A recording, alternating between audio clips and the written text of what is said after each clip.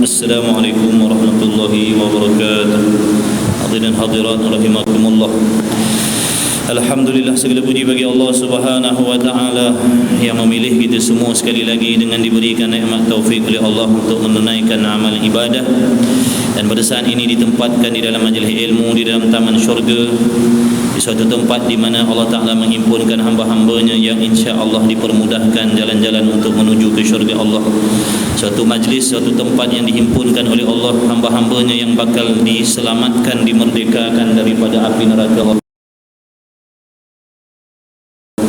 Jadi sama-sama kita memperbaiki dan memperbetulkan qasad serta niat kita pada saat ini. Mudah-mudahan kita memperolehi segala kebaikan kebajikan yang dijanjikan oleh Allah Subhanahu wa taala bagi sesiapa sahaja yang hadir, yang ikhlas hatinya menuntut ilmu, insya-Allah. Sambungan kitab Risalah Al-Misbahul Munir, kitab tauhid, muka apa kan? Rumi so apa? Sifat yang ke-14. Sifat yang ke-14.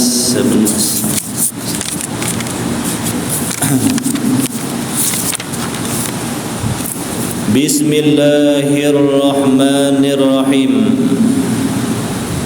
Qala al-muallif rahimahullahu ta'ala wa nafa'na wa iyyakum bi'ulumihi wa bi'ulumi masyayikhina fid daraini amin ya rabbal alamin.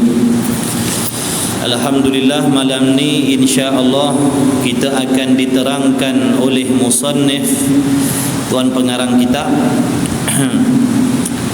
apakah yang dikehendaki dengan sifat-sifat maknawiyah. Adapun sifat nafsiyah, sifat salbiyah, sifat ma'ani, alhamdulillah dengan taufik daripada Allah kita telah selesai membacakannya.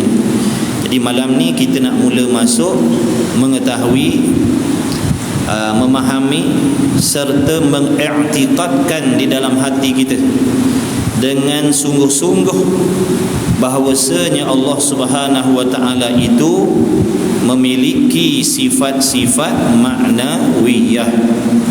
Jadi sifat-sifat maknawiyah itu adalah salah satu daripada sifat kamalat Allah, sifat kesempurnaan yang wajib ada pada zat Allah. Maka oleh yang demikian wajiblah bagi kita setiap laki-laki dan perempuan yang mukallaf, yang muslim, mengiktikadkan, meyakini di dalam hati bahawa sesungguhnya Allah Ta'ala itu bersifat dengan sifat-sifat maknawiyah. Okay. Baik, Allahumma salli ala Sayyidina Muhammad wa la hawla wa la quwata illa billah.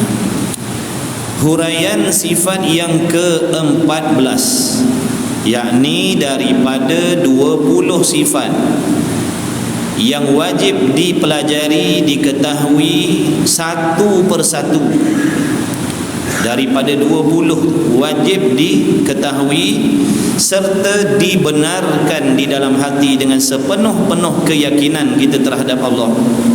Secara tafsil wajib kena tahu satu persatu huraiannya beserta dengan dalil-dalilnya sebanyak 20 sifat di atas pendapat ulama yang masyhur, di atas qaul yang masyhur. Wajib menjadi suatu kefarduan, fardu ain, mempelajari, mengetahui, memahami serta mengiktikadkan 20 sifat ni. Itu di atas qaul yang masyhur. Ataupun ada pun di atas qaul yang rajih, wajib dipelajari secara tafsir serta diiktikadkan di dalam hati sebanyak 13 sifat. Sifat 13.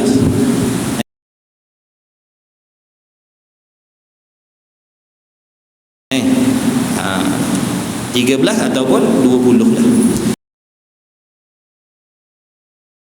Di dalam kitab Risalah Al-Misbahul Munir ini diterangkan sebanyak 20. Mengikut pendapat ulama yang masyhur. Bila sebut sifat 20, semua orang tahu. Itu masuk masyhur. Semua orang tahu. Bila sebut sifat 20, orang ramai orang tahu dah sifat 20.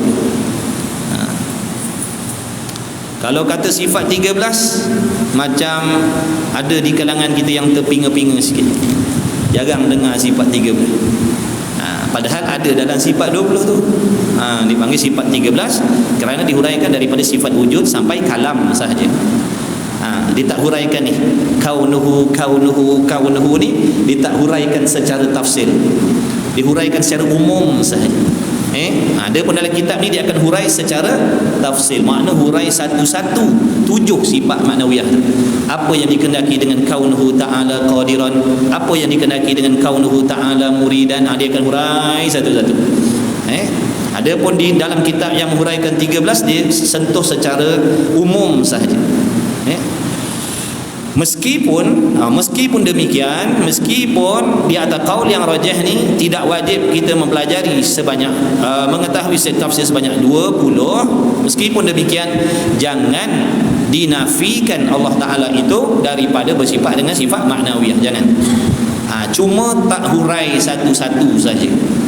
Pada i'tiqad wajib kita mengiktikadkan Allah Ta'ala mesti bersifat dengan sifat maknawiyah tu, walaupun tidak dihuraikan secara tafsir.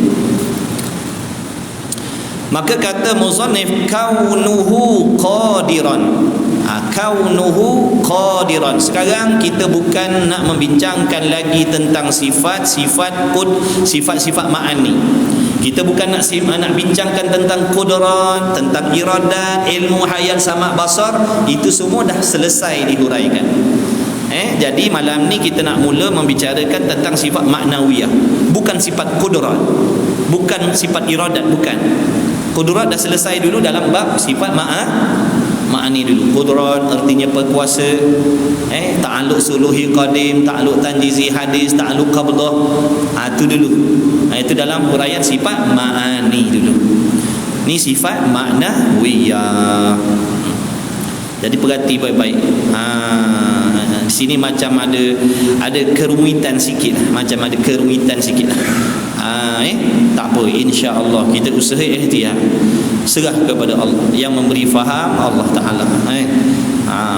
Kita wajib belajar bersungguh-sungguh, harap-harap Allah beri kefahaman. Tak faham pun alhamdulillah, boleh jadi hari ni tak faham, esok lusa faham.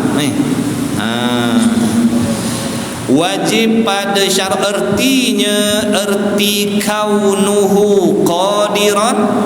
Apa terjemah Melayu kaunuhu qadiran? Ertinya keadaan Allah Ta'ala yang kuasa. Allah Ta'ala yang kuasa tu perkataan lain, keadaan tu satu perkataan lain. Kaunuhu perkataan lain, qadiran perkataan lain. Jadi bila diterjemahkan kaunuhu qadiran, jadi ada 3 patah perkataan di situ. Yang pertama perkataan kaunu, yang kedua perkataan hu, yang ketiga qadiran. Kaunuhu qadiran. Baik, jadi daripada 3 patah perkataan ni, yang mana satu dimaksudkan dengan sifat maknawiyah tu? Daripada 3 patah perkataan ni, yang mana yang nak dihuraikan ni, yang dikendaki dengan maknawiyah ni, yang mana satu? Kaunu ke hu ke qadiran? Kita kena tahu juga, sebab Allahumma salli ala sayyidina Muhammad, dulu kita pun keliru juga. Sebelum kita belajar dulu pun kita keliru juga. Bila ditanya apa sifat maknawiyah Allah Ta'ala, kita pun kata kaunuhu ta'ala qadiran. Adalah Allah Ta'ala tu yang berkuasa. Sebenarnya yang dimaksudkan dengan sifat maknawiyah tu bukan sepanjang-panjang tu, bukan. Bukan sepanjang-panjang tu yang dimaksudkan dengan sifat maknawiyah ni. Mari kita belajar, mari kita ambil tahu, baru nampak nanti, oh ini rupanya sifat maknawiyah ni. Ingatkan sepanjang-panjang tu, bukan sepanjang-panjang tu. InsyaAllah. wajib pada syarak pula. Jadi yang dibincangkan sini sebentar lalu saya maklumkan dulu, yang nak dibincangkan dengan maknawiyah ni perkataan kaunu tu. Kaunu sebutir tu. Kaunu. Itu yang dikehendaki dengan maknawiyah yang nak dibincangkan ni. Bukan bukan qadiran, bukan. Yang nak dibincangkan, yang dimaksudkan dengan maknawiyah di sini kaunu tu. Kaunu. Bahasa Melayunya keadaan. Ni keadaan itu yang kita nak bincangkan sekarang ni. Keadaan tu yang kita nak bincangkan sekarang. Bukan hu tu bermaksud dia, yakni Allah. Kita bukan nak bincangkan tentang zat Allah, bukan. Kita bukan nak bincangkan tentang zat Allah. Hu tu makna dia. Keadaannya Allah qadiran, yang maha berkuasa. Kita bukan nak bincangkan Allah Ta'ala. Kita bukan nak bincangkan yang berkuasa, bukan. Kita nak bincangkan keadaan tadi tu. Kaunu tu. Boleh wajib pada syarak pula, dengan makna wajib pada syarak juga. Pula dengan makna juga. Kerana perkara yang Allah wajibkan ke atas diri kita tu bukan sekadar sembahyang, bukan sekadar puasa, bukan sekadar haji umrah, bukan sekadar mencari nafkah. Mengetahui perkara ini juga kewajipan yang diperintahkan oleh Allah. Itu maksud juga tu, pula dengan makna juga. Kalau orang tanya, saya wajib kena mengaji sifat 20 juga ke? Ya, jawabnya ya. Bukankah saya dah semayang? Ya, semayang pun wajib juga. Puasa pun wajib juga. Yang ni pun wajib juga. Ada orang tak tahu, dia ingatkan ni tak wajib, ni wajib juga. Jadi wajib atas tiap-tiap mukallaf. Dah faham dah apa erti mukallaf ni? Syarat mukallaf, orang yang berakal, yang balik sampai seruan agama Islam pada dirinya, boleh mendengar, boleh melihat. Jadi mana-mana orang yang berhimpun 4 sifat tu, maka dia mukallaf. Apa erti mukallaf? Orang-orang yang diberatkan hukum hakam Allah, orang yang tak boleh melarikan dirinya daripada mentaati perintah Allah. Itu mukallaf. Mau tak mau, suka tak suka, seronok tak suka, seronok, sibuk tak sibuk, yang Allah suruh dia kena buat, yang Allah haramkan dia kena tinggalkan. Siapa pun dia, itu mukallaf.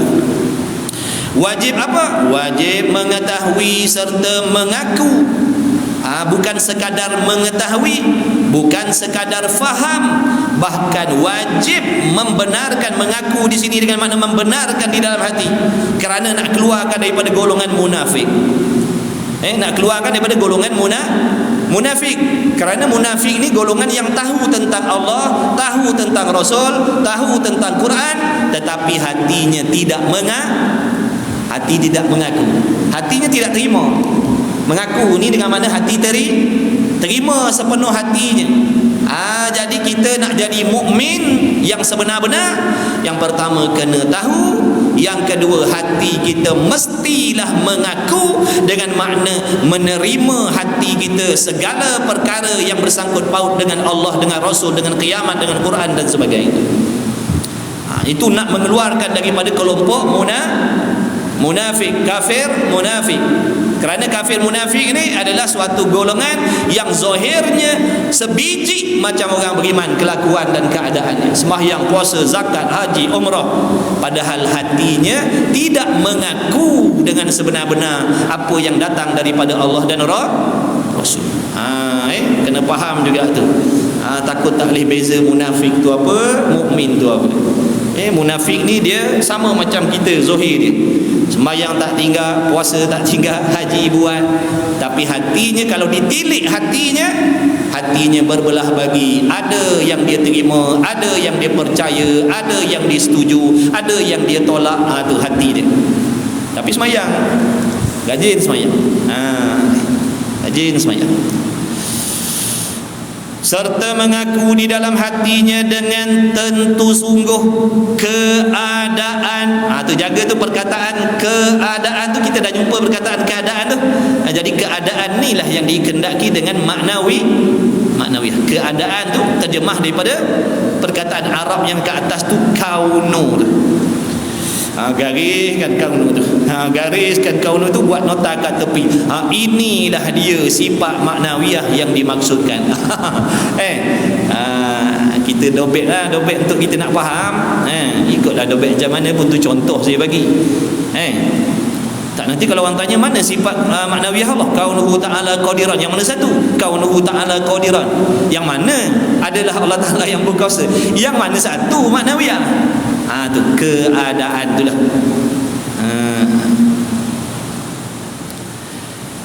Wajib mengaku di dalam hatinya dengan tentu sungguh keadaan Allah Ta'ala yang kuasa.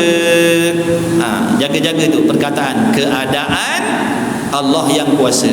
Yang dimaksudkan dengan maknawiyah keadaan tu, bukan Allah yang berkuasa tu. Allah yang berkuasa tu qadiran, terjemah daripada qadiran. Qadiran memberi erti yang maha berkuasa. Yang dikehendaki dengan yang maha berkuasa tu siapa? Allah. Bila kita kata yang maha berkuasa, siapa yang dimaksudkan? Zat Allah. Jadi yang dibincangkan sekarang bukan zat Allah yang berkuasa itu, bukan. Qadiran bukan sifat. Qadiran bukan sifat. Tak apa kita ngaji beranjur, ngaji pelan-pelan.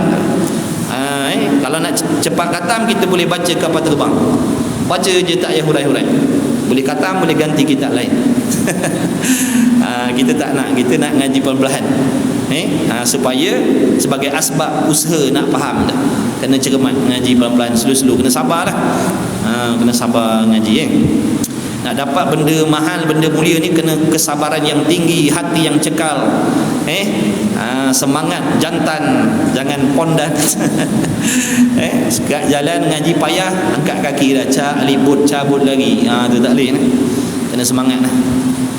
Apa pun tunggu, apa pun datang. Allah Maha berkuasa membukakan segala pintu kepahaman dalam sekelip mata je. Tapi kenapa Allah tak kehendak lagi? Allah nak bagi kita mujahadah sungguh-sungguh. Kerana pahala kesungguhan, pahala kesabaran itu yang terlebih baik untuk kita. Baik.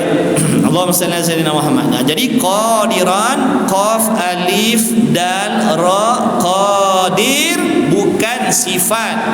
Qadir bermaksud Allah yang maha berkuasa. Qadiran yang maha berkuasa, yakni zat Allah. Kita bukan nak bincang tentang tu. Dan tentu tidak, yakni tentu tidak sungguh. Ini isyarat kepada perkara mustahil. Isyarat kepada perkara yang mustahil bagi Allah. Tu faham daripada tentu tidak tu. Tambah sikit lagi lah, dobet bawah tu sikit untuk kita nak mudah faham. Tentu tidak sungguh. Tentu tidak, yakni tentu tidak sungguh keadaan Allah Ta'ala yang lemah. Keadaan Allah yang lemah ataupun adalah Allah tu lemah, perkara yang mustahil, perkara yang tidak boleh diterima oleh akal sekali-kali. Adalah Allah Ta'ala yang lemah, keadaan Allah Ta'ala yang lemah itu perkara mustahil, perkara yang tidak boleh diterima pada akal sekali-kali, perkara yang tidak boleh dibenarkan oleh akal selama-lamanya. Jadi keadaan Allah yang lemah itu mustahil. Tentu tidak sekali-kali keadaan Allah yang lemah. Dan keadaan itu, dia dah nak mula dah tu. Nak mula terangkan dah maknawiyah tu. Jaga berbaik. Berhati. Dia nak mula nak terangkan maknawiyah tu. Dan keadaan itu, kadang-kadang dalam kitab lain dia terjemah dengan adalah. Sini dia terjemah dengan keadaan Allah Ta'ala. Di dalam kitab yang lain kadang dia terjemah dengan adalah Allah Ta'ala yang maha berkuasa. Sini dia terjemah dengan keadaan. Sama je. Dan keadaan itu, Keadaan itu, kalau bahasa Arabnya tadi kaunu tu, dan keadaan itu, yakni kaunu tu, ialah satu sifat. Jadi kaunu tu sifat. Kaunu tu sifat. Sebelum ni kita belajar apa? Wujud sifat, qidam sifat, baqa sifat, sama sifat. Betul? Kaunu ni pun sifat juga. Tapi dipanggil sifat apa? Maknawiyah. Kalau wujud dulu, sifat apa orang panggil? Sifat nafsiyah. Wujud sifat apa? Nafsiyah. Kenapa panggil nafsiyah? Lagi akan datang nanti bab dia. Dia akan hurai kenapa panggil nafsiyah, kenapa panggil salbiyah, kenapa panggil ma'ani. Ada tu alasan dia kat belakang tu nanti, insya-Allah sampai bab dia nanti. Jadi wujud sifat, qidam sifat, baqa sifat Allah, sama basar kalam sifat Allah Ta'ala juga, kaunu itu juga sifat Allah Ta'ala, cuma dipanggil sifat ma'nawiyah namanya, bukan sifat ma'ani. Ma'ani dulu qudrat, iradat, ilmu, hayat, sama basar kalam. Sifat ma'ani adalah suatu sifat yang ada sungguh-sungguh. Diri sifat-sifat ma'ani itu ada betul-betul, ada sungguh-sungguh. Wujudiyah sungguh-sungguh, ada sungguh-sungguh. Yang nama qudrat tu ada betul-betul, yang nama iradat tu ada betul-betul, yang namanya qudrat, iradat, ilmu, hayat, sama basar kalam tu ada betul-betul. Setiap diri sifat-sifat tu tadi wujud ada. Sebab tu panggil ma'ani. Macam contoh gini, kita buat contoh sifat ma'ani kita. Kita makhluk ni pun ada sifat juga, cuma sifat kita ni makhluk, sifat kita ni baharu, betul tidak? Tapi kita buat contoh tu untuk nak mendekatkan faham. Mengaji Usuluddin ni kena banyak contoh, nak dekatkan faham. Daripada tak faham, bila buat contoh macam nak faham dah. Daripada tak nampak langsung, nampak macam dah ada nampak bayang-bayang sikit dah. Tu tujuan contoh-contoh kita buat. Bukan niatnya nak menyamakan Allah dengan makhluk tu, bukan. Jadi kita ada sifat ma'ani, nak fahamkan ma'ani, sifat ma'ani tu. Contoh ni, diri kain ni, diri kapas, diri benang ni dipanggil zat. Diri zat. Tapi zat kita makhluk ni dipanggil jisim, berjisim.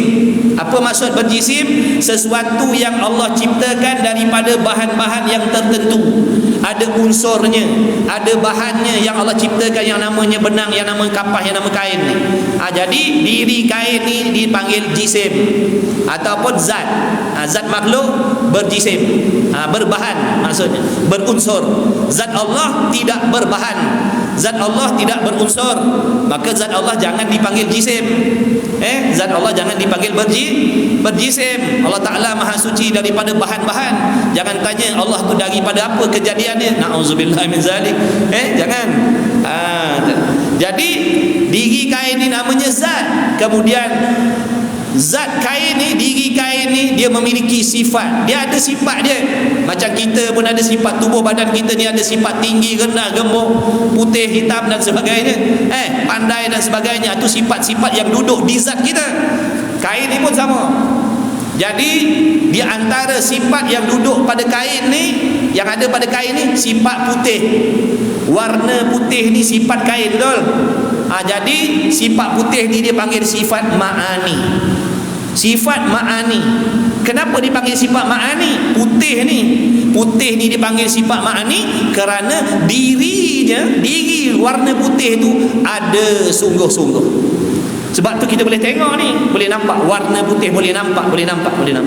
Jadi bila boleh nampak warna putih, menunjukkan warna putih itu ada sungguh-sungguh. Jadi dia panggil ma'ani. Itu tu sifat ma'ani ni sifat yang ada sungguh-sungguh. Macam kudrat tu ada sungguh-sungguh kudrat. Macam mana? Wallahu a'lam. Ada tapi tak serupa dengan sesuatu. Sifat kudrat Allah tu ada tapi tak serupa dengan sesuatu. Iradat Allah ada tapi tak serupa dengan sesuatu. Tak boleh kita nak bayangkan, gambarkan, congak-congakkan, gambar-gambarkan sifat kudrat Allah bentuknya begini, warnanya begitu. Tak, maha suci. Maha suci sifat Allah Ta'ala daripada menyamai dengan sesuatu. Baik. Kemudian bila kita kata kain, kemudian sifat kain ni warna putih, betul? Padahal diri kain benda lain, warna putih benda lain, betul tak? Boleh Sini kita nak buat contoh, nak dekatkan faham kat sini kan, faham yang dalam kitab insya-Allah. Faham kat sini kan, faham yang kat dalam kitab. Jadi diri kain namanya zat, warna putih namanya sifat ma'ani, benda lain-lain. Zat Allah, warna putih sifat ma'ani. Sekarang ni kita tengok bagaimana warna putih ni boleh duduk pada kain ni. Macam mana warna putih ni boleh duduk di kain ni, sedangkan dia benda berasingan. Macam mana dia boleh melekat di kain ni?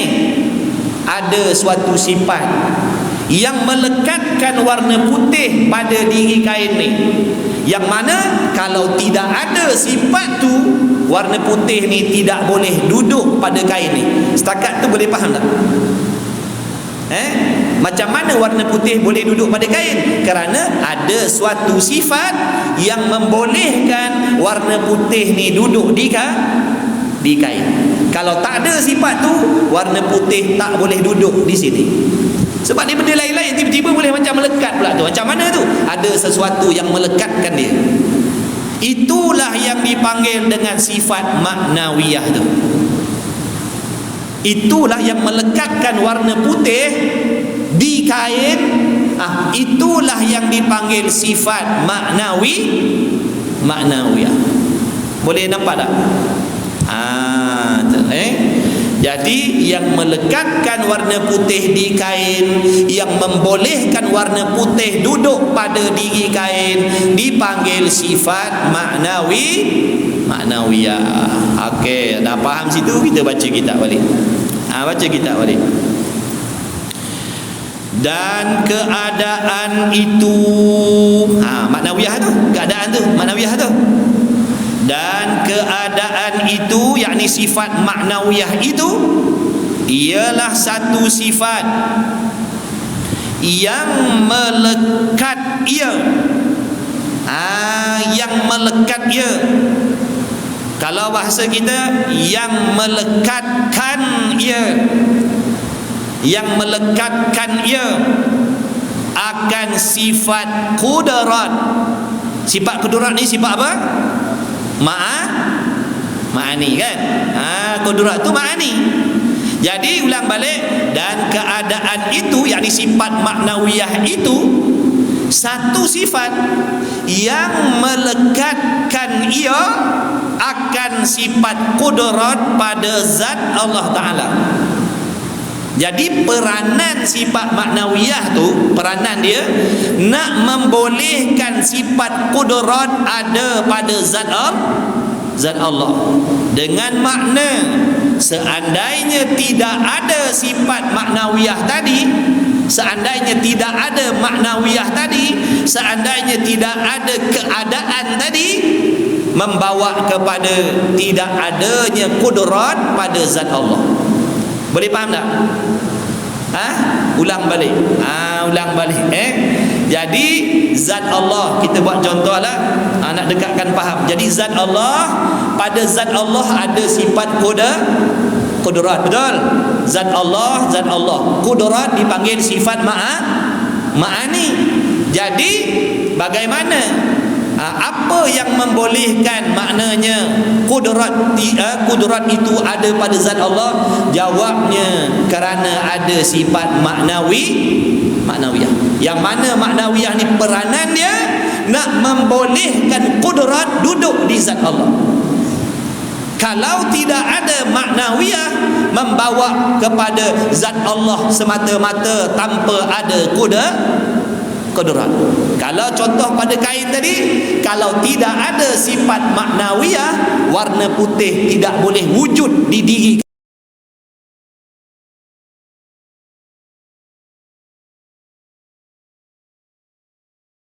kain ni. Begitu. Tak tahu nak tegang lagu mana lagi. Macam itulah kita ngaji pun dulu macam tu. Tapi akan tetapi bukan bermaksud sifat maknawiyah itu ada terlebih dahulu pada zat Allah, kemudian baru datang kudrat pada Allah, bukan. Kerana segala sifat-sifat Allah Ta'ala itu qadim. Ini yang kita sembangkan, yang kita bincangkan, huraikan tadi, nisbah kepada nak memudahkan akal kita faham. Jadi bila kita hurai macam tu, seolah-olahnya segera fahamnya, yang cepat kita tangkapnya, seolah-olahnya zat Allah ada, kemudian sifat maknawiyah, kemudian baru datang sifat jadi nampak macam ada yang terdahulu dan yang kemudian. Bukan, hakikatnya bukan demikian. Kerana hakikat segala sifat Allah itu qadim lagi azali, dengan makna segala sifat Allah tidak ada yang baru, sifat Allah tidak ada yang terdahulu dan tidak ada yang terkemudian. Semuanya sifat Allah Ta'ala itu sedia kala dah, tidak ada permulaan bagi adanya segala sifat-sifat pada zat Allah. Tak ada permulaan, semua sedia kala. Kalau orang tanya di antara sifat wujud dengan kudrat, mana dulu dua-dua tu sedia kala. Di antara sifat salbiyah dan sifat maknawiyah, mana dulu? Dua-dua qadim lagi azali. Di antara sifat ma'ani dan maknawiyah, mana dulu? Dua-dua qadim lagi azali. Kena huraikan juga dulu, takut nanti kadang ada yang faham ada yang faham sifat-sifat Allah tu ada yang bergilir-gilir datang pula. Macam sifat kita ni ada dulu, kemudian dah lama kita ada, baru ada sifat ilmu, betul? Kemudian lama sikit baru datang sifat begini, baru datang sifat begitu. Tu sifat kita makhluk begitu, bergilir dulu dan kemudian. Sifat Allah tidak, maha suci. Sifat Allah daripada dulu dan kemudian. Semua sifat Allah yang 20, yang 13, yang tidak terhitung banyaknya itu sedia kala semuanya pada zat Allah. Habis.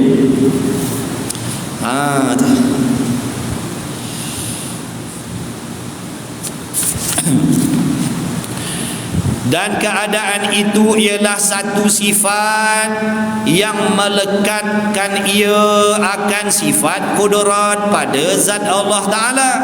Jadi kita tahu dah peranan dia.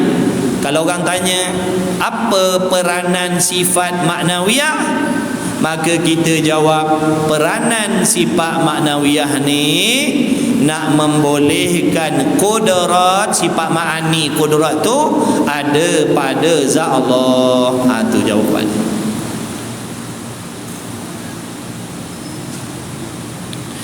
Dan ianya, jaga ianya tu.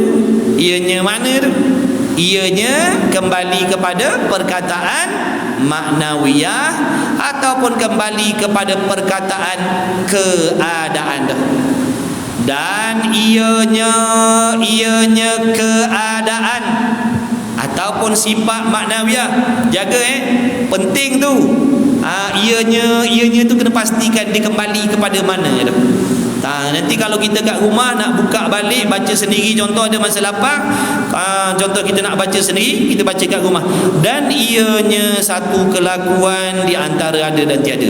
Dan ianya apa Dan ianya apa tu. Sebab tu kena tanda kat tu. Dan ianya sifat maknawiyah. Begitu. Tulis kat bawah tu ianya maknawiyah. Dan ianya maknawiyah ataupun ianya keadaan, suatu kelakuan, suatu keadaan, suatu kelakuan di antara ada dan tiada.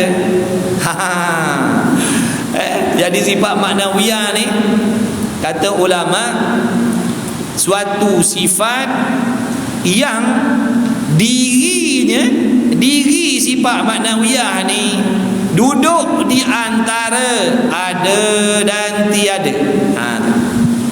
Tak sama macam ma'ani dulu. Ma'ani, bila kita terjemah sifat ma'ani apa? Qudrat adalah sifat Allah, qudrat adalah sifat ma'ani, iaitu suatu sifat yang ada sungguh-sungguh. Betul tak? Qudrat sifat ma'ani, iaitu sifat yang ada sungguh-sungguh, ada betul-betul. Di sini suatu kelakuan ataupun suatu sifat yang menengahi di antara ada dan tiada. Beza. Kalau ma'ani ada betul-betul, maknawiyah antara ada dan tiada. Antara ada dan tiada. Apa alasan dia tu? Apa alasan dia? Kenapa tak cakap sifat maknawiyah itu sifat yang ada sungguh-sungguh? Kenapa tak cakap macam tu? Kan senang cakap macam tu. Sifat maknawiyah itu suatu sifat yang ada betul-betul, suatu sifat yang ada sungguh-sungguh. Kenapa tak kata begitu? Ada alasan dia, ulama dah bagi dah. Baik. Jadi di dalam bab huraian yang pertama ni, kaunuhu ta'ala qadiran, ni panjang sikit sebab nak memperkenalkan maknawiyah tu.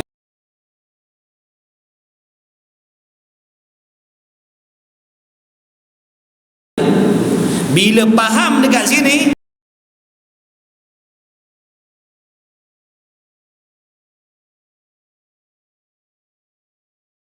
kaunuhu muridan, kaunuhu aliman, kaunuhu sami'an, basiran, mutakaliman, senang je sebab benda sama. Cuma di sini sebab baru jumpa ni, jadi dia urai memperkenalkan panjang sikit. Kalau faham dekat sini maknawiyah apa, fahamlah maknawiyah pada kaunuhu muridan, fahamlah maknawiyah pada kaunuhu sami'an, fahamlah maknawiyah pada kaunuhu basiran, mutakalliman. Baik. Allahumma salli ala sayyidina Muhammad. Baik. Apa alasan dia? Apa alasan dia? Kenapa tak boleh dikatakan maknawiyah tu ada betul-betul? Jawab ulama begini. Kalau seandainya sifat maknawiyah itu merupakan sesuatu perkara yang ada betul-betul, yang ada sungguh-sungguh, maka dia akan menjadi penyebab yang memisahkan, yang merenggangkan di antara zat Allah dengan sifat kudrat. Kita buat contoh begini. Kita buat contoh macam ni lah. Buat contoh macam ni Baik, begini. Okey. Kita buat contoh. Ini diri kertas, namanya zat. Diri kertas namanya zat. Okey. Kemudian yang ni pula kotak ni, kita buatlah perumpamaan. Kotak ni konon-kononnya warna putih tadi, sifat ma'ani. Yang ni diri kertas ataupun ini diri kain yang dipanggil zat. Yang ni warna putih. Yang melekatkan tadi apa? Yang duduk tengah-tengah tadi apa dipanggil? Maknawiyah kan? Jadi kita buat perumpamaannya, tisu ni sifat maknawiyah yang ada betul-betul, bukan menengahi antara ada dan tiada. Ada betul-betul ni. Jadi apabila sifat maknawiyah ni seandainya ada betul-betul, ada sungguh-sungguh, jadi diri kain maknawiyah, kemudian warna putih kan?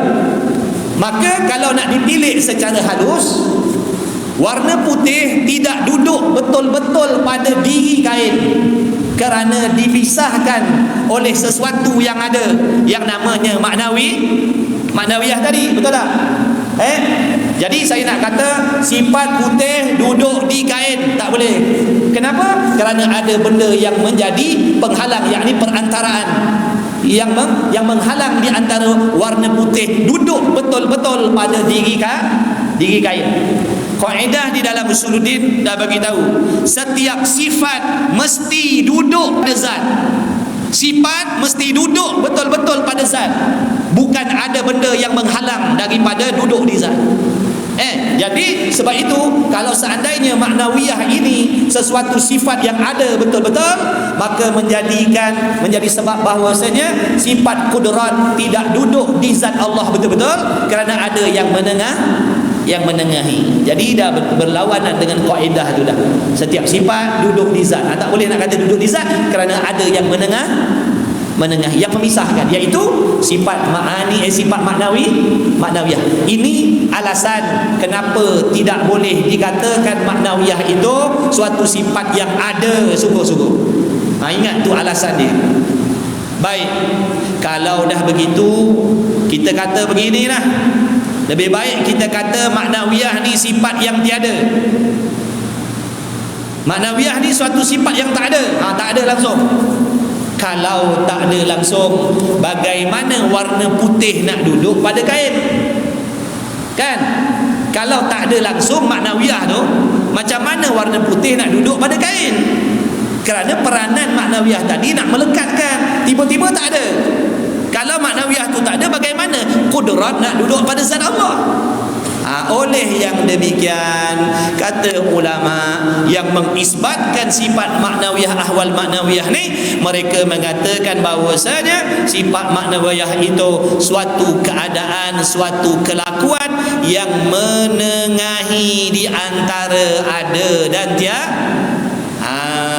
Tu jawapan dia. Nak kata ada betul-betul pun tak boleh, nak kata tak ada langsung pun tak boleh.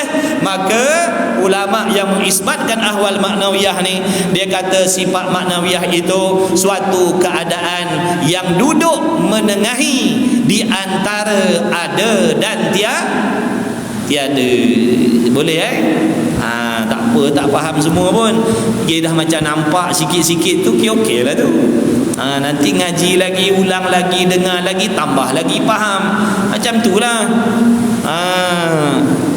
Kalau kita ngaji malam ni faham serta-merta semua, sian orang ngaji puluh-puluh tahun.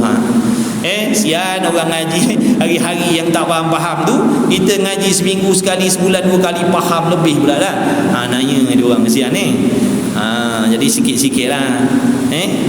Sikit-sikit, lama-lama bertambah sikit-sikit tanpa kita perasan.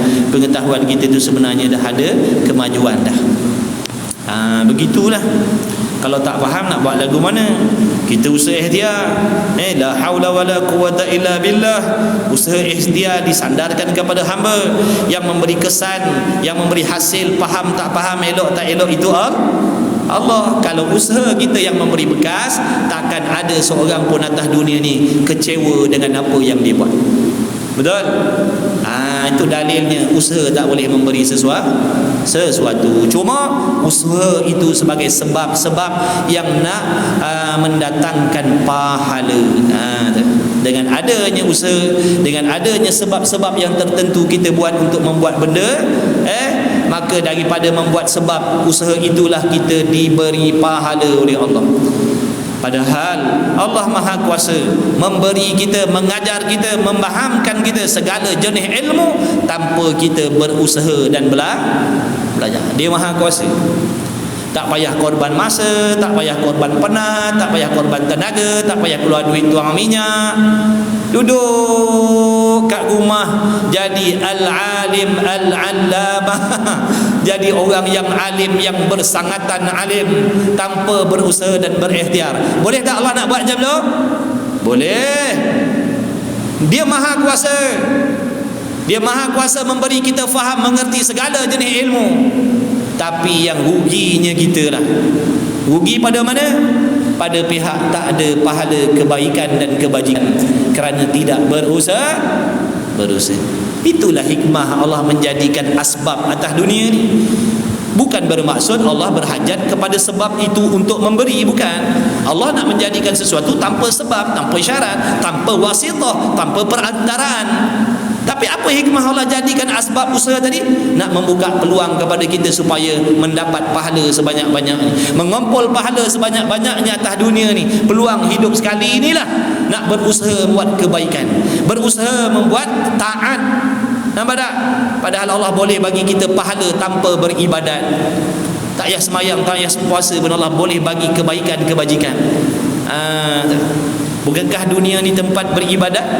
Bukankah dunia ni tempat yang Allah nak bagi kita kesempatan mengumpul pahala kebajikan sebanyak-banyaknya?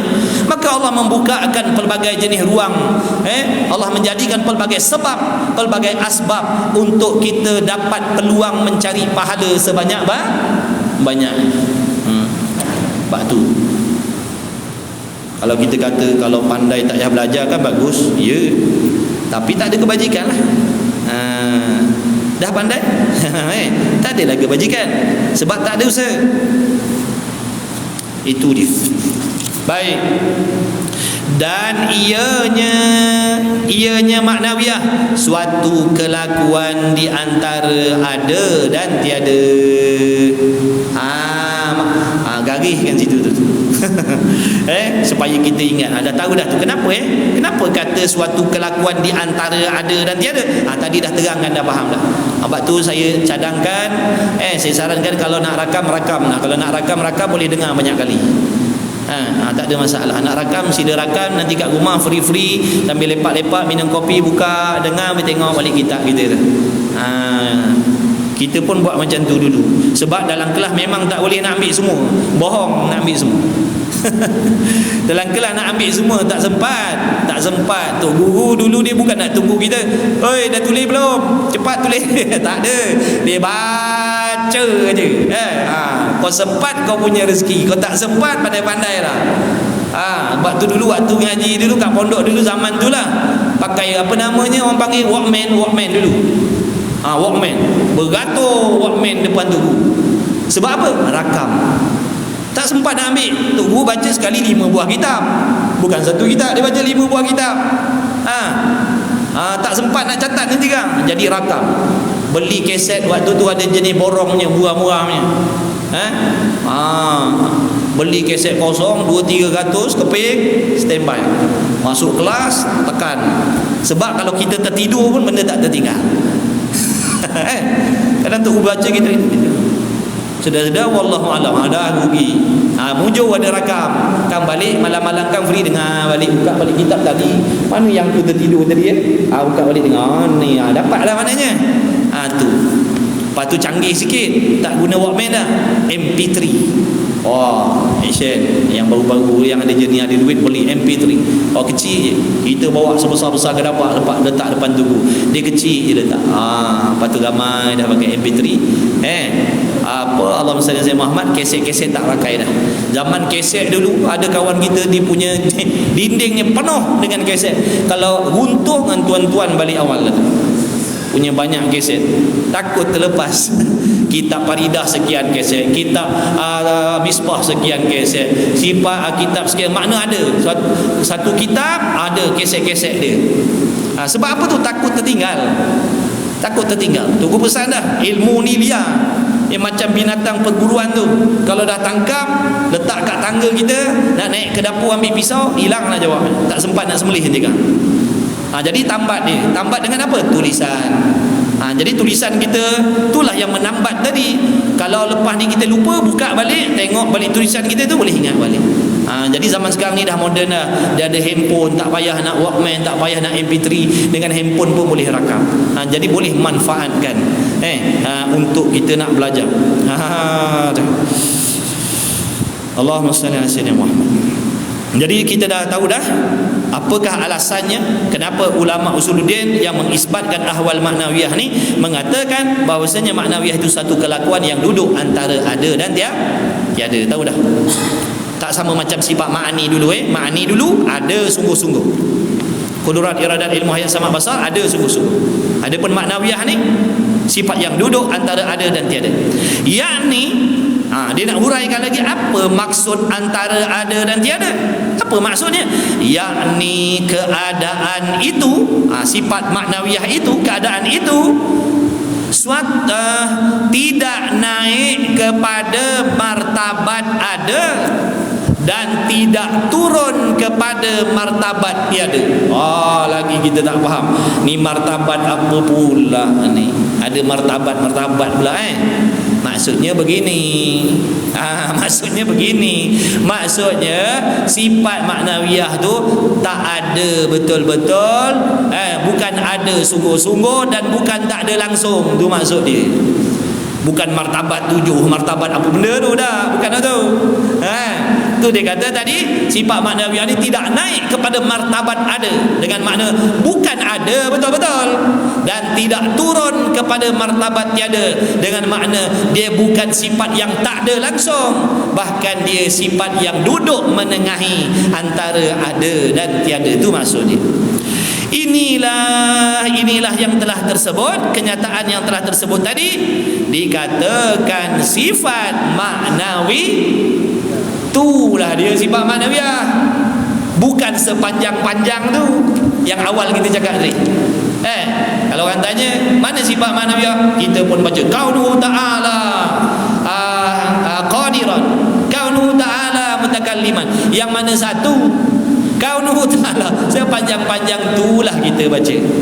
Bila dah belajar secara tafsir macam ni, baru tahu sebenarnya yang dimaksudkan, yang dikehendaki dengan sifat maknawiyah tu kaunu tu, bukan qadiran tu.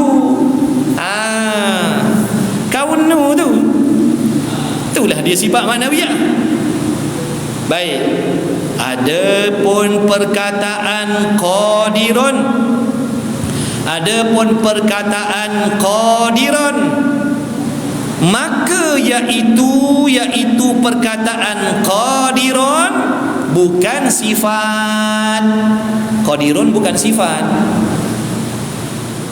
Qadirun bukan sifat. Kenapa pula bukan sifat? Qadirun, terjemah Melayunya apa qadirun? Yang maha berkuasa. Yang maha berkuasa bukan sifat. Yang maha berkuasa itu zat Allah. Boleh tak? Baik. Tisu ni, bila saya kata pada tangan saya ada sesuatu yang putih, dekat tangan saya ada sesuatu yang putih. Apa maksud yang putih? Pada tangan saya apa? Tisu. Bukan yang putih tu maksud saya warna putih, bukan. Bila saya kata pada tangan saya ada sesuatu yang putih, yang putih itu menunjukkan kepada diri kertas ni yang dipanggil tisu ni. Contohnya bila jatuh atas lantai, saya kata, sahabat minta tolong jap, tolong ambilkan yang putih atas lantai tu. Maksudnya saya nak suruh ambil apa tu? Nak suruh ambil warna putih ataupun nak ambil kertas tisu? Ambil kertas tisu. Sebab itu bila disebut yang putih bukan sifat. Sifat putih. Kalau sebut putih je sifat. Tapi bila sebut yang putih bukan sifat, tetapi kertas tisu yang bersifat dengan putih ni. Begitulah juga di sini. Bila sebut qadiran, yang bersifat dengan maha kuasa, iaitu zat Allah. Zat Allah bukan sifat. Zat Allah zat lah. Tapi bila sebut kuasa, itu sifat. Bila sebut kekuasaan ataupun bila sebut qudrat, itu sifat. Qudrat sifat. Qadirun zat Allah yang bersifat qudrat. Tu. Jadi sebab tu kata musannif, maka iaitu qadirun bukan sifat, bahkan kena kepada zat. Kena tu kita boleh nak terjemahkan kena tu dengan makna menunjukkan. Kena tu dengan makna menunjukkan. Tu. Maka iaitu qadirun bukan sifat, bahkan kena, yakni menunjukkan kepada zat yang bersifat dengan qudrat. Menunjukkan kepada zat yang bersifat dengan qudrat. Beginilah huraian sifat-sifat maknawiyah. Macam ni lah. Inilah dia huraian sifat maknawiyah. Kalau orang tanya, kau tolong terangkan sikit, tolong terangkan sikit kepada saya tak tahulah sifat maknawiyah tu apa benda. Ni huraian dia. Photostat saja ni. Copy paste saja yang ini. Ni dia huraian sifat maknawiyah. Itu dia suatu sifat yang peranannya nak membolehkan atau melekatkan sifat ma'ani pada zat Allah. Kalau di sini ma'ani yang dimaksudkan kudrat. Jadi suatu sifat yang peranannya nak membolehkan ada kudrat di zat Allah. Dengan makna kalau tiada sifat maknawiyah ini membawa kepada kudrat tidak boleh ada pada zat Allah. Tak ada sifat kekuasaan pada Allah, membawa kepada lemah pula Tuhan tu kan. Kemudian sifat maknawiyah itu pula merupakan suatu kelakuan yang menengahi di antara ada dan tiada. Dia bukan ada betul-betul dan dia bukan tak ada langsung. Dia satu sifat yang menengahi antara ada dan tiada. Itulah dia sifat maknawiyah. Beginilah huraian sifat-sifat maknawiyah yang lagi akan datang. Sebab sifat maknawiyah tu ada berapa? Ada 7 kan? Ada 7. Ni salah satu daripada 7. Salah satu daripada 7. Maknawiyah pada kudrat 1. Maknawiyah pada iradat nanti yang lain pula. Maknawiyah pada sama' basar kalam nanti lain-lain pula. Jadi ada 7 lah. Ada 7. Kaunuhu 1, kaunuhu yang kedua, kaunuhu yang ketiga, yang keempat, yang kelima, yang keenam, yang ketujuh. Jadi bila banyak kaunu dipanggil akwan ataupun ahwal maknawiyah. Ahwal maknawiyah suatu hal yang duduk menengahi antara ada dan tiada, yang tidak boleh berpisah daripada sifat ma'ani.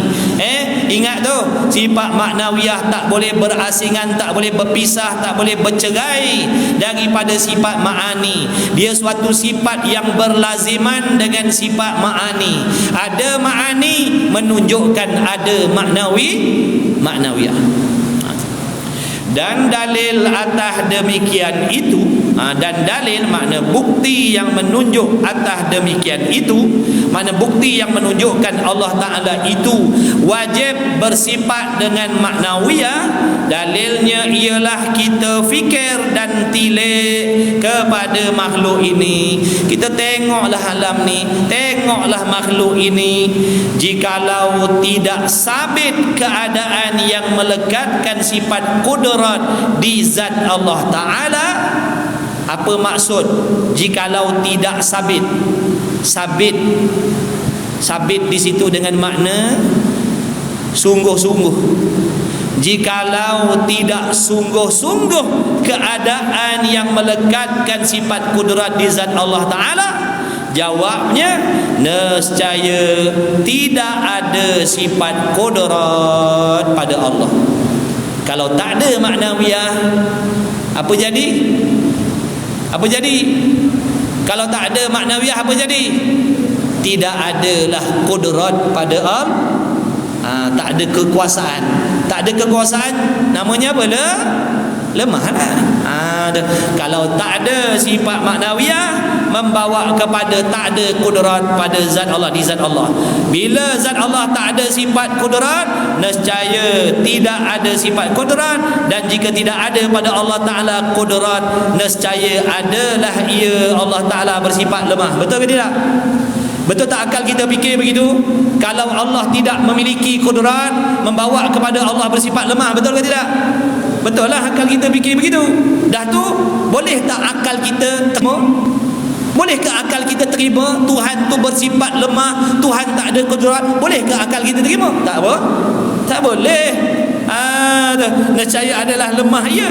Dan jika ia Allah Ta'ala tu lemah, nescaya tidak menjadi, yakni tidak menciptakan ia Allah akan makhluk ini. Betul ke tidak?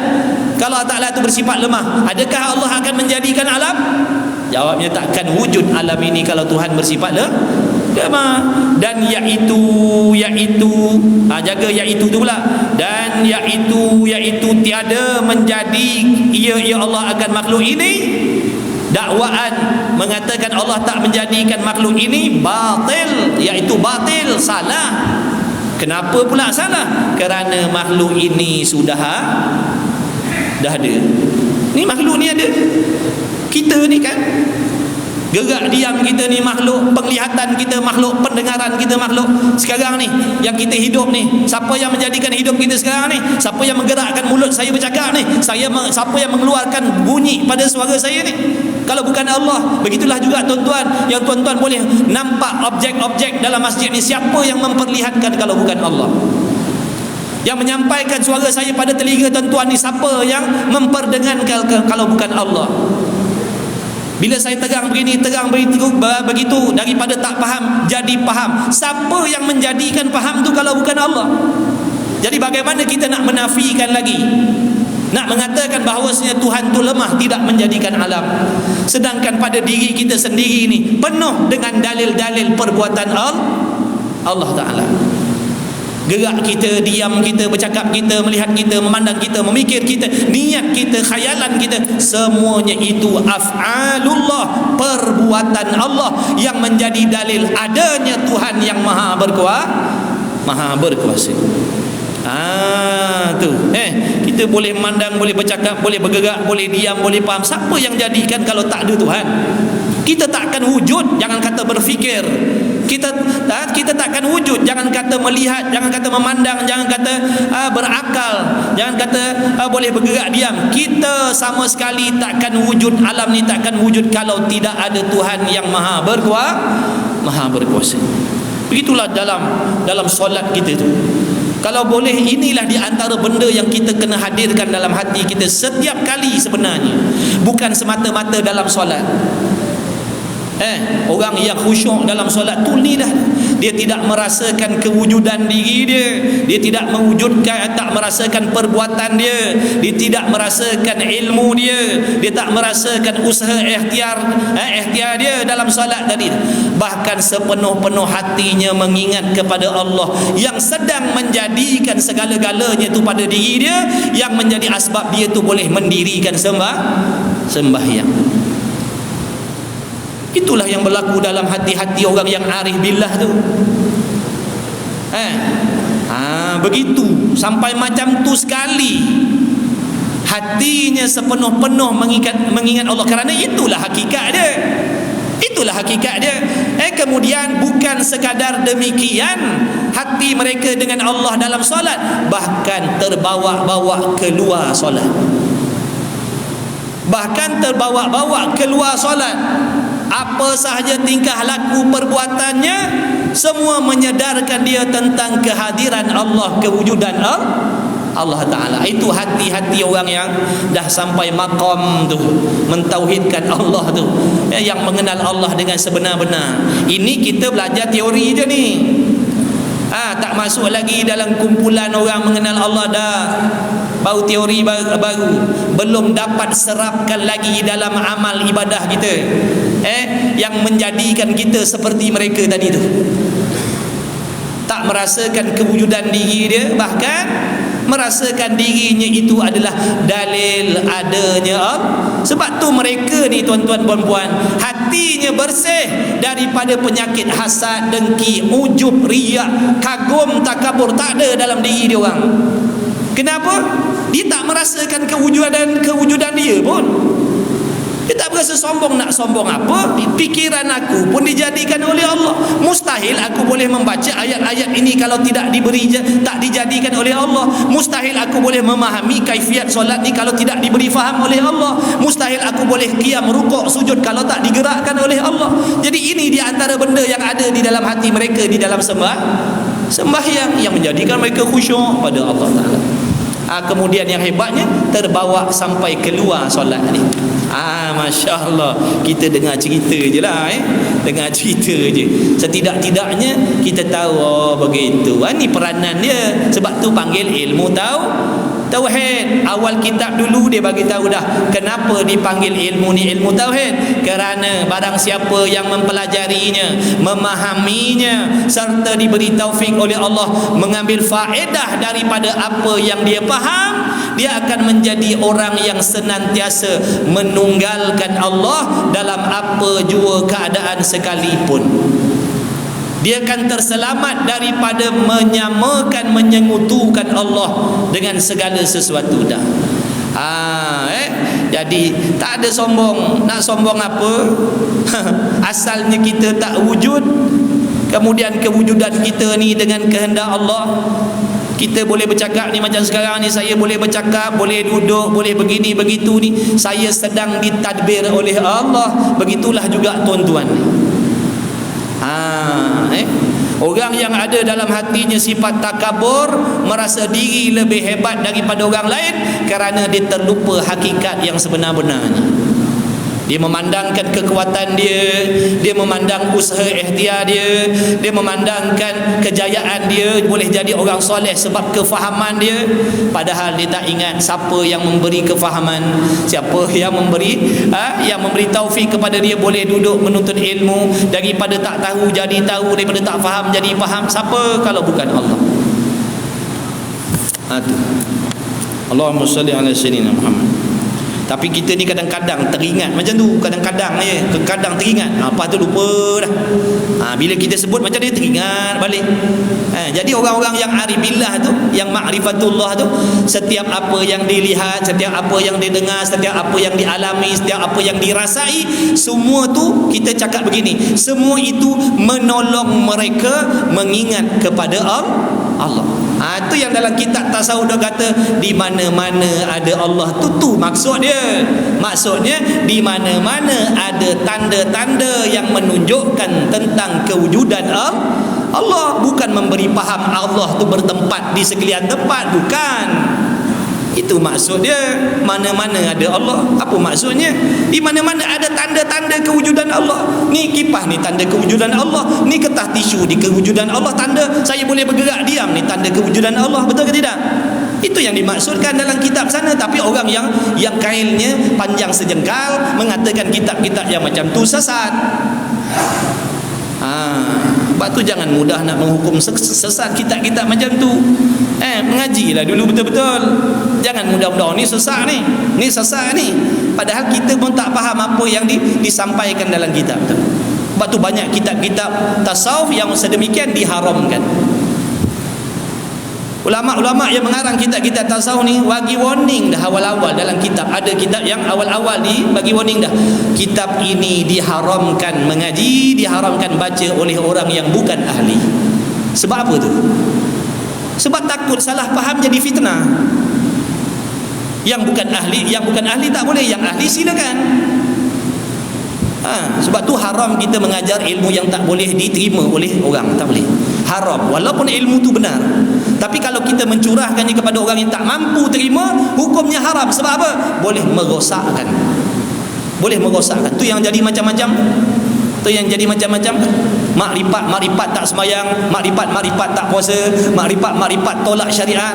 Sebab tu nak cepat jadi wali, langkah anak tangga. Ngaji padu ainian ni pun tak terhadap kita ni. Nak cepat ngaji martabat sini, martabat situ, makrifat sini, makrifat situ. Ni fardu ain, itu fardu kifayah. Ni fardu ain. Di antara fardu ain dan fardu kifayah mana yang wajib? Fardu ain. Tak berdosa kalau tak belajar yang tu, tapi berdosa kalau tak belajar yang ni. Kemudian kata musannif, jadi nak katakan makhluk ini tak ada batil kerana makhluk ni sudah ada. Ni makhluk ni ada ni. Adanya makhluk ni. Gerak-geri kita makhluk, diri kita makhluk, perasaan kita makhluk, rasa dalam hati kita makhluk, niat kita makhluk, khayalan kita makhluk. Semua tu ciptaan Allah. Semua tu ciptaan Allah. Wallahu khalaqakum, Allah yang menjadikan kamu. Wa ma ta'malun, dan segala perbuatan kamu tu Allah yang jadikan. Maksud Allah jadikan yang hanya makhluk. Mustahil ada perasaan dalam hati kita begini dan begitu, suka, seronok, sedih, sayu dan sebagainya, kalau tidak dijadikan oleh Allah. Bahkan apa yang timbul dalam hati kita, kehendak begini, kehendak begitu, itu pun dijadikan oleh Allah Ta'ala juga. Maka tetaplah, jadi kerana makhluk ini sudah ada, maka tetaplah, yakinlah ada pada Allah Ta'ala itu sifat kudrat, ianya tidak lemah. Kalau begitu, sabitlah keadaan yang melekat ia akan sifat kudrat di zat Allah Ta'ala. Wallahu a'lam. Time maghrib awal ni tuan-tuan dapat dah ngaji lebih sikit. Kalau tak 1 jam yang ngam-ngam habis solat maghrib pukul 8. Ke 9 dah berhenti dah. Ni maghrib awal pukul 7.45 tadi kita mula, dah habis pukul 9, dapatlah 1 jam 15 minit. Jadi dia. Setakat ni dengan taufik Allah, alhamdulillah, mudah-mudahan Allah memberikan manfaat. Segala apa yang tuan-tuan korbankan, masa yang tuan-tuan korbankan tidak akan dilupakan oleh Allah, bahkan Allah akan membayarnya dengan syurga nanti insya-Allah. Bismillahirrahmanirrahim. Alhamdulillahirabbil alamin. Wassalatu wassalamu ala Rasulillah wa ala alihi. Allahumma rabbana fa'na bima 'allamtana, rabbana 'allimna alladhi ma yanfa'una, rabbana faqih ahlana wa qurabati lana fi dinina ma'al qudri untha wa dhakar. Wa sallallahu ala sayidina Muhammad wa ala alihi wa sahbihi wasallam. Walhamdulillahirabbil alamin. Taqabbalallahu minkum inna wa minkum taqabbal ya karim.